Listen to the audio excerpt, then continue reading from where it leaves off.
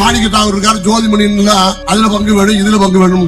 இதெல்லாம் தலைமை புரிஞ்சு அடுத்த இவங்களுக்கு சீட்டே கொடுக்க கூடாது, நம்ம கொடுக்க விடக்கூடாது. இல்லைன்னா நம்மளால அதுக்கான வேலையை பார்ப்பாங்க. நம்ம இல்லைன்னா இந்தியா கூட்டணியே கிடையாது. இந்த காங்கிரஸுக்கு 3000 ஓட்டு 4000 ஓட்டு மட்டும் தான் இருக்கு. வார்டுல பூத்து கமிட்டி போறதுக்கு ஆள் இல்லாத கட்சி. திமுக மாவட்ட செயலாளர் தளபதி மீது நடவடிக்கை எடுக்கணும் அப்படின்னு செல்வி பெருந்தகை ஒரு கோரிக்கையை முன் வச்சிருக்காரு. இல்ல கமலஹாசன் 10 தொகுதி கேட்டிருக்காரு இன்னைக்கு. ஆனா உங்களுக்கான இந்த இரட்டை இலக்கம் அவரை நாங்க ஃபாலோ பண்ணணுமா?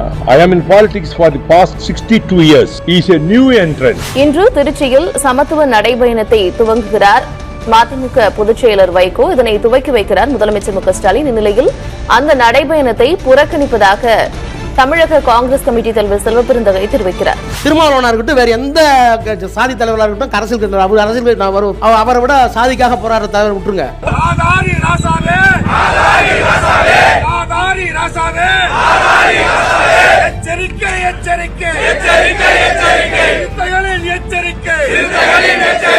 மத்தளத்திற்கு 2 பக்கமும் அடி என்பதை போல இருக்கிறது என்னுடைய நிலைமை.